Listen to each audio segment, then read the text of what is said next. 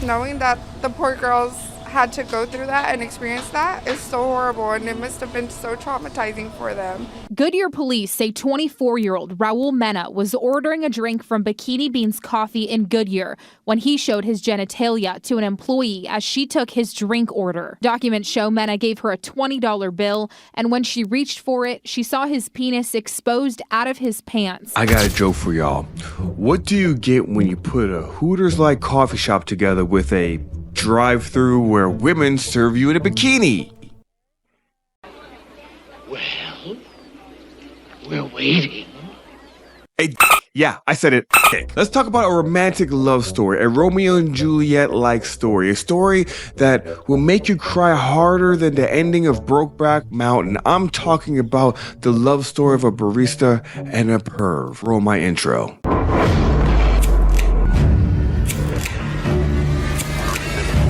To show. Bikini Beans Coffee is a drive-through coffee shop in Arizona where baristas serve customers while wearing bikinis because they serve their coffee in bikinis. I don't know. It makes sense. It's in the name. And I know it's totally misogynistic, right? That's something that I would say if I was a feminist, which I'm not. And if it's not obvious enough, well, I'm bald and have a beard cosplaying as Kratos. Listen to me here, ladies. Okay, here's a little secret. Just take a moment real quick. Come here. Every guy with a beard, especially the ones who are bald, are just trying to look like badasses. J.K. Simmons, without a beard, goofy, unintimidating man, but with a beard, badass. See, but gay men is a little different because when gay men grow their beards, they also have nice hair and the beard, and they look really put together. Like every straight man wants to look like that person, but now they can't anymore because they've been pushed out of that sector. So you've been marginalized. So this sexy coffee spot in Arizona that has predominantly pretty women and puts them in bikini clearly is going to be a banger around town. Lines wrapped around the building just to get a glimpse of these hot young girls. Welcome to America, where we sexualize everything with a nice pretty price tag on it. And with that big hard on for coffee, it wouldn't strike me as odd if a pervert would just roll through the line with his pants off and, I don't know, maybe his in his hand. Take a look. Hi, how are you? Good. Have you been here before? Yeah. Sir, you need to leave. Unacceptable. Unacceptable. Call 911. Probably wondering, was this staged? Like, this has got to be fake, right? Like, how would this lady know to have her camera out right when this guy rolls through with his pants off? I mean, I don't know, maybe it's because she actually knew him. And she gave him this idea to role play it, but he's all for it. He's like, yeah, I'm down to do the role playing. He's happy and excited until all of a sudden he pulls up and he notices she got the camera on. Boom, she's got him recorded and he drives off. Here's the twist. This was actually a revenge play by the manager because she just found out that her man was actually married with a kid, and she was a side chick. Nope, not at all. Actually, this was just lore fantasy in the depths of Reddit because I could see something like that playing out already. It was simple. The reason the manager had the camera ready was because he was a repeat offender. And I don't understand how this is a kink. Let me just keep showing up at the same place, exposing myself. Like, what is it with certain types of men just like when women watch them do weird things to themselves? Our next guest, comedian Louis C.K., whom some might describe as an aficionado of masturbation, a man. I will say this, though. If the roles were reversed, we all know this would have never even been a story. Let's be real. That's what she said. But I don't understand that kink. It's weird. I find it strange. It's just so, I don't know how to explain it. Weird.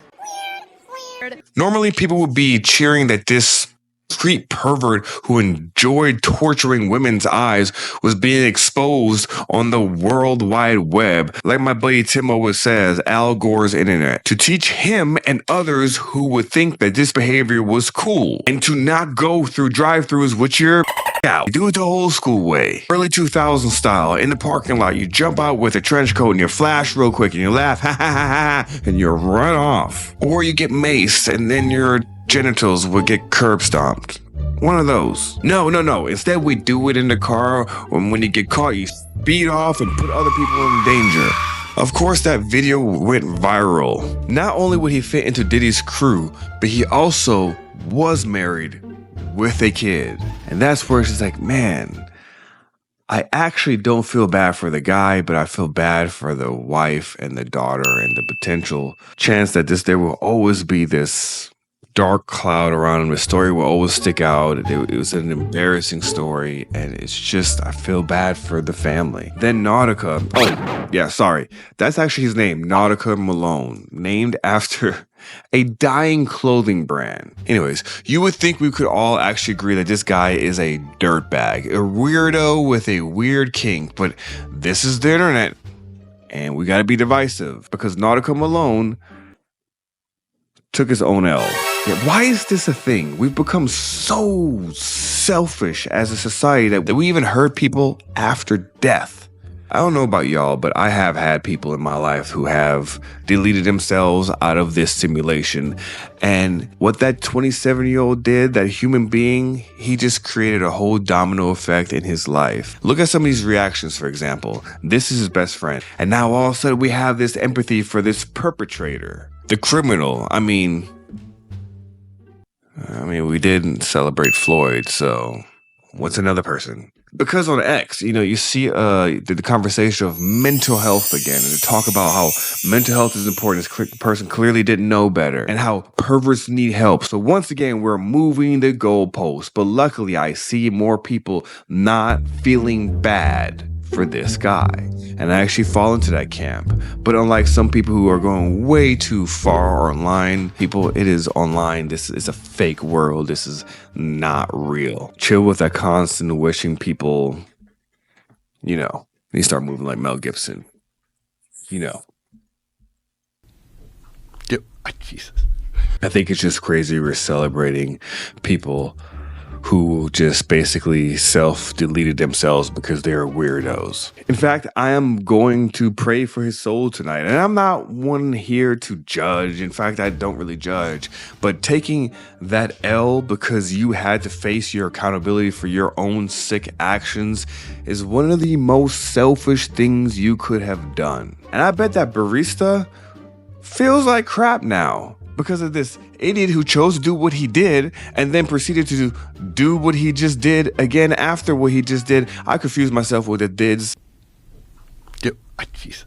We're turning her into a villain all of a sudden in her story where she should have been the hero. But you don't think that's on her conscience? You don't think that probably she feels bad for knowing that someone deleted themselves because she posted a video? It's such a messed up situation. Look at how his friends and family are currently feeling. And most importantly, the shame, the embarrassment, and the loss that his wife and his daughter have to deal with and will have to deal with, and the ramifications of this haunting them for years to come. So, the moral of the story, well, listen, we have to stop thinking with our secondary brain. It shouldn't overtake our primary brain, ever, ever, ever. Live your sick fantasies with your spouse. Look, Proverbs 18:22. Hold on one second, okay? He who finds a wife finds what is good and receives a favor from the Lord. I know, so cringe. The Bible, God, scripture, so lame. You're Catholic? What?